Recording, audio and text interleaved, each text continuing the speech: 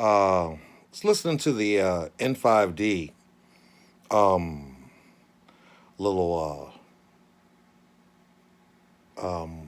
report on this new moon and this new kind of thing that's been going on, and figured I'd give a response to that because I could feel so much in it. But where I'm at in this whole thing is I see this guy on N5d and I see myself, and it's almost like I listen to him say things like black magic, and I think to myself, man, at the era of the time that he was born woke, so was I, but I was born woke in the black power environment. And my parents probably were connected to his parents and all that whole little thing in uh, that era.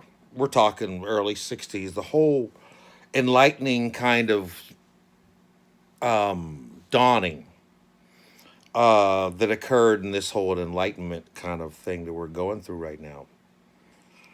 And yet, here I am, kind of in a mirrored state of enlightenment per se, only I'm seeing this from a whole different kind of perspective because um, the things that almost make sense to people who are from a different cultural, spiritual perspective makes it kind of difficult for me to explain this from the black hand side.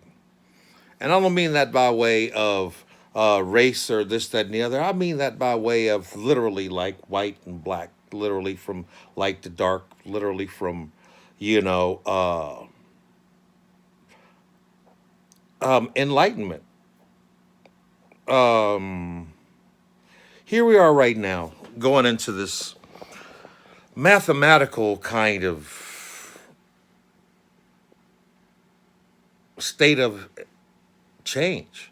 We're on our way to the era of Star Trek and beyond in life. We're no longer in a world where we're wishing to just be left alone so that we can till the land and grow some things and feel the earth and just live a happily silent life with no one around. It's not possible anymore on this planet. Therefore, this new awakening is actually existing with more adults on Earth than ever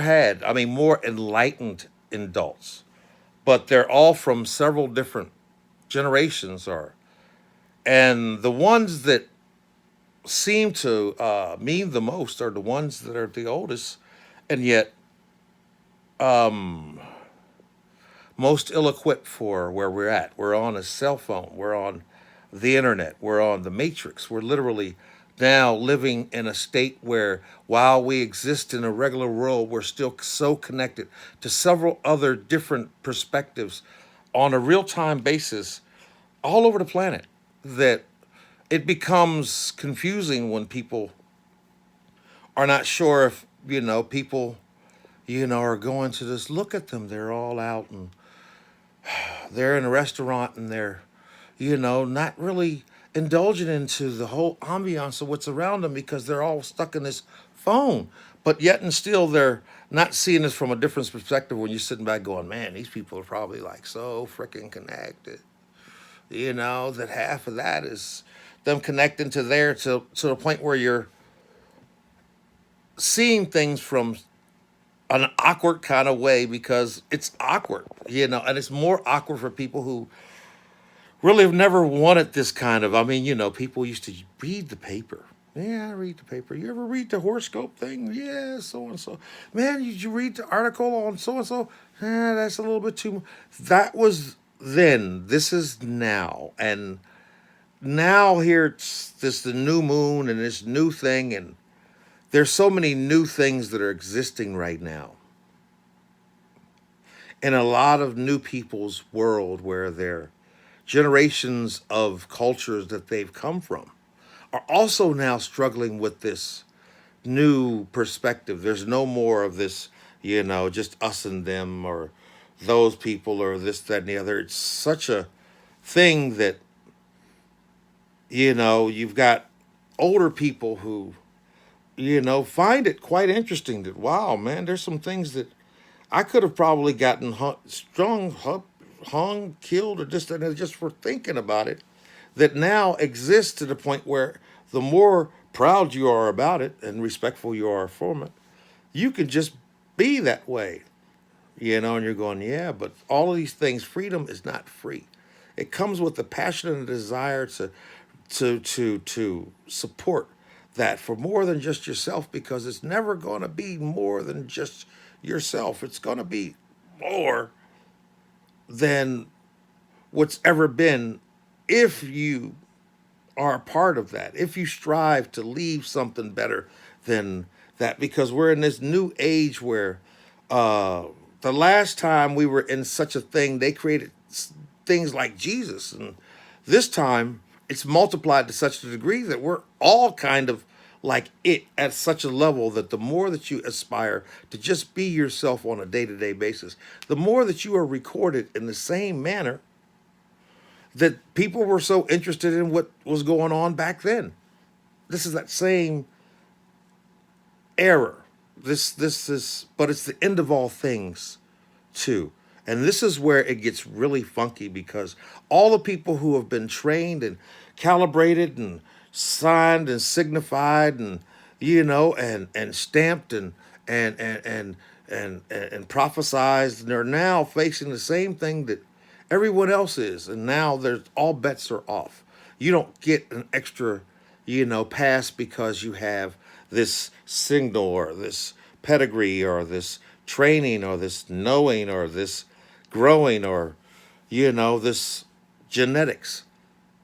You know, always since the Egyptian era, everybody's been trying to get in on this game of what's going to happen when it happens, and we're in the happening right now. And the only things that's happening is the more saturated you are with more than what you were grown or raised or culture to think you're going to be in the big leagues.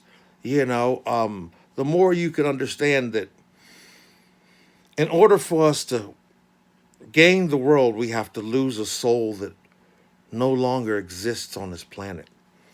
This pride for just this, when there's so much more of this in there that, you know, not my daughter becomes, man, I've got a great daughter. Different, isn't it? Now even the queen has to realize that it's been a bumpy year for even the old world to be a part of a new world that we're still trying to get over. How in the hell are we going to glorify the differences in these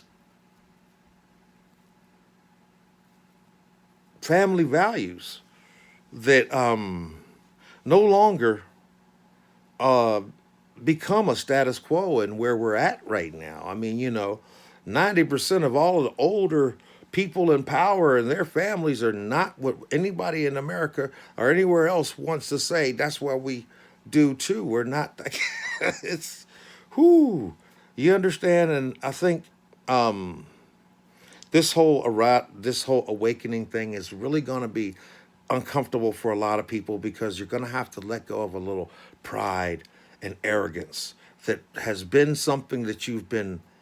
It's hard to think out of a box when you think that the box exists.